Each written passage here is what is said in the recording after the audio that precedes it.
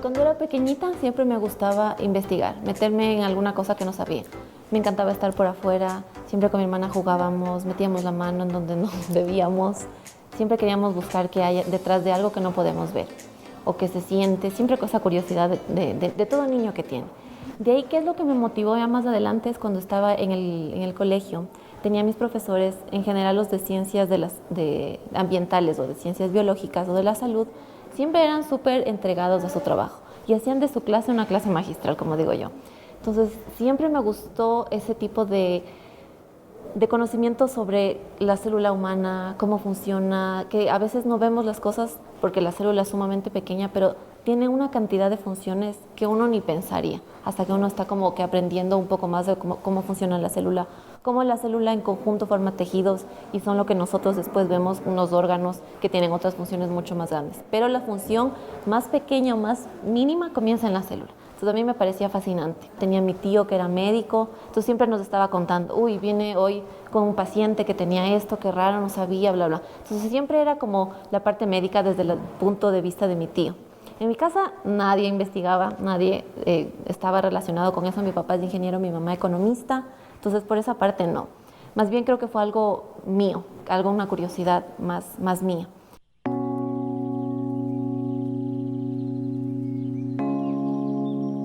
¿Cómo empezó mi interés en verdad por la genética y por la genética humana? Porque también trabajé con genética y en animales. Fue cuando yo estaba en la universidad.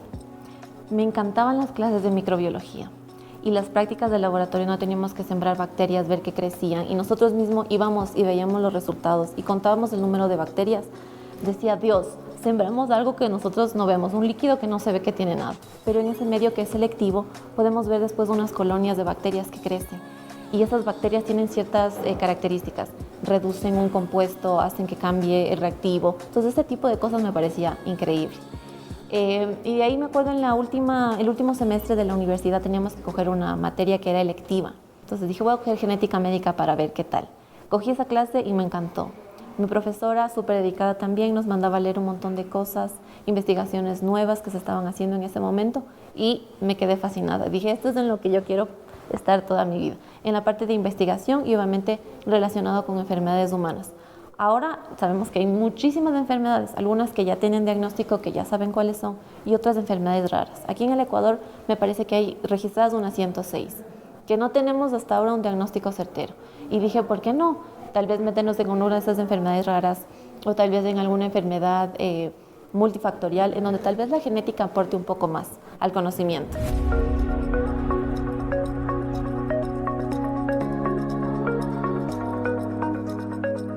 Entonces la parte de género, tal vez de etnia, no tuve nunca problema. Todo se fue dando bien. Yo creo que más allá del género, si eres hombre o mujer, cuenta muchísimo más tu dedicación. Y si es que tú le pones ganas a lo que haces y eres bueno en lo que haces, es suficiente para salir adelante. No creo que necesites ser hombre o mujer.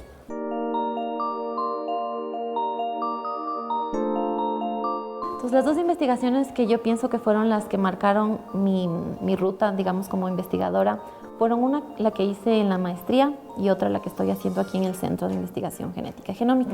Voy a comenzar primero con la que hice en la maestría. Entonces, ahí estudié una enfermedad que es rara, que es el síndrome de Silver y Russell, que está relacionada no con una alteración de la secuencia de ADN, sino con una marca que prende y apaga la expresión de ciertos genes. Entonces yo estaba estudiando esta marca precisamente. Entonces las técnicas que yo aprendí, que me hicieron un poco más solvente en el laboratorio, fueron secuenciación para determinar cuáles son las pares de bases que encontramos en un fragmento.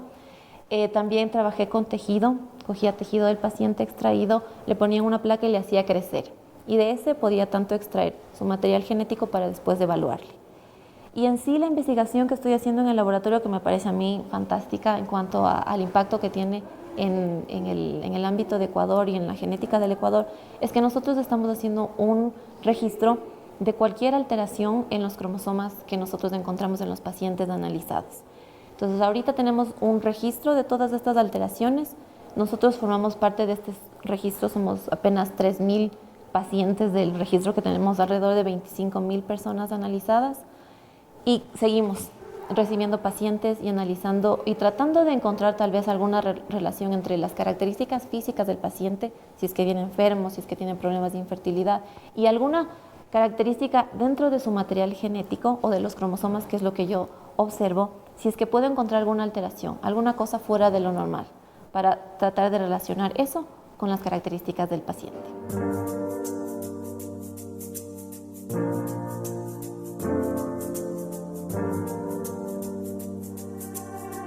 De hecho, estoy justo ahorita incursionando en una nueva investigación, pero obviamente para poder hacer la investigación necesito pasar por algunas autorizaciones primero. Entonces ya pasé por el filtro de las autorizaciones y ahora lo que yo quiero hacer es investigar el síndrome del ovario poliquístico. Muchas de estas mujeres tienen problemas procesando la glucosa porque tienen problemas con la insulina. Entonces yo quiero investigar esta ruta de genes que están implicados en esta vía de la insulina en mujeres que tienen el síndrome del ovario poliquístico. Entonces ahorita estoy en la búsqueda de las muestras, pero ya tengo diseñada la investigación.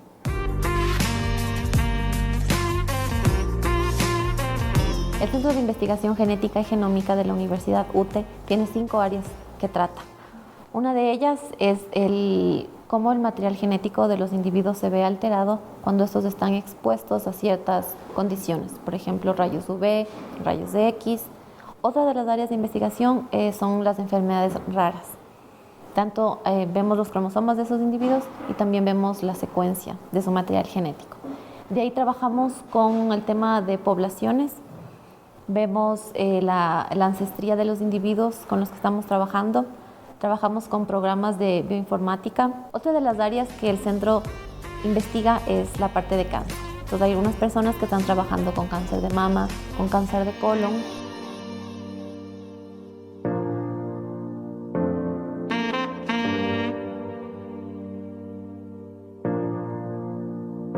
Mi carrera del pregrado, pues la biotecnología es una rama también de la biología, pero si desglosamos esta palabra en las dos, en bio y en tecnología, podemos llegar a la definición. Entonces, tecnología y vida. Entonces, uso de todas las tecnologías que tenemos ahora, tanto en conocimiento como en equipos, trabajando con seres vivos o con partes o derivados de estos seres vivos para modificar o crear un producto nuevo que sea de beneficio tanto para el ser humano en diferentes áreas, tanto puede ser en la industria, también puede ser en la medicina. Entonces siempre es utilizar un organismo vivo utilizando la tecnología para un propósito favorable o un beneficio. Lo que la biotecnología trajo al mundo de la genética médica o en general de la medicina fue la creación de las vacunas, fue el descubrimiento de los antibióticos y ahora muchísimo más reciente es la secuenciación de ciertas regiones que puede ser que tengan una mutación que sea dañina, que nosotros podemos determinar amplificando o copiando esta región de ADN para después ser analizada. Entonces, la biotecnología ha estado con nosotros desde muchísimos años atrás.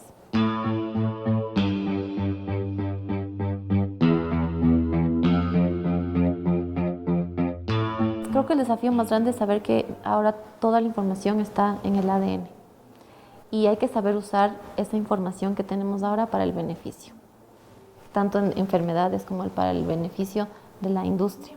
Entonces, si sabemos tal vez que un gen en una planta está implicado en la resistencia, introducir ese gen en otra planta no le hace daño a la otra planta, y es lo que a veces los productos genéticamente modificados es lo que están haciendo. Tal vez introducir este gen que le va a dar una característica adicional, la resistencia a la sequía, por ejemplo, resistencia a la salinidad en el suelo. Vamos a introducir esto en una nueva planta. No le va a hacer daño a esa planta, no le va a cambiar el sabor. No es que voy a introducir una planta que después se va a hacer una plaga, no. Sino que si es que esto es bien manejado, podemos hacer que la planta en donde queremos introducir esta característica logre ser mucho más beneficiosa hasta para la industria. Entonces los organismos genéticamente modificados no son malos. Estamos introduciendo ADN que está en la naturaleza en otro organismo. No estamos introduciendo nada extraño al cuerpo de otro organismo, como en este caso serían las plantas. Entonces, bien manejado, creo que nos trae muchos beneficios y ya nos ha traído y nos seguirá trayendo.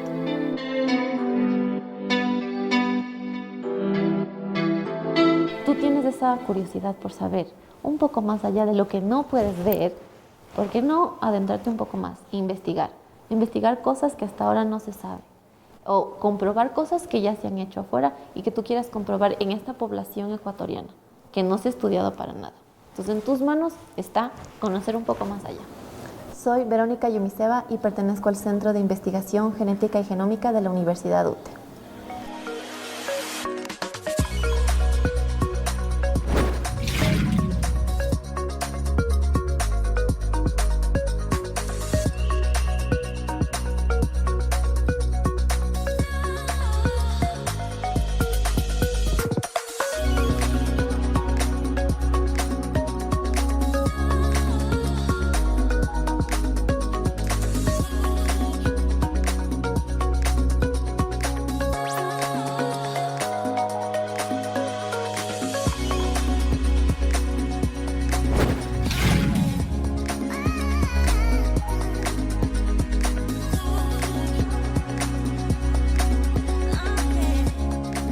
Te invito a que revises que no todos los seres vivos tenemos el mismo número y forma de cromosomas.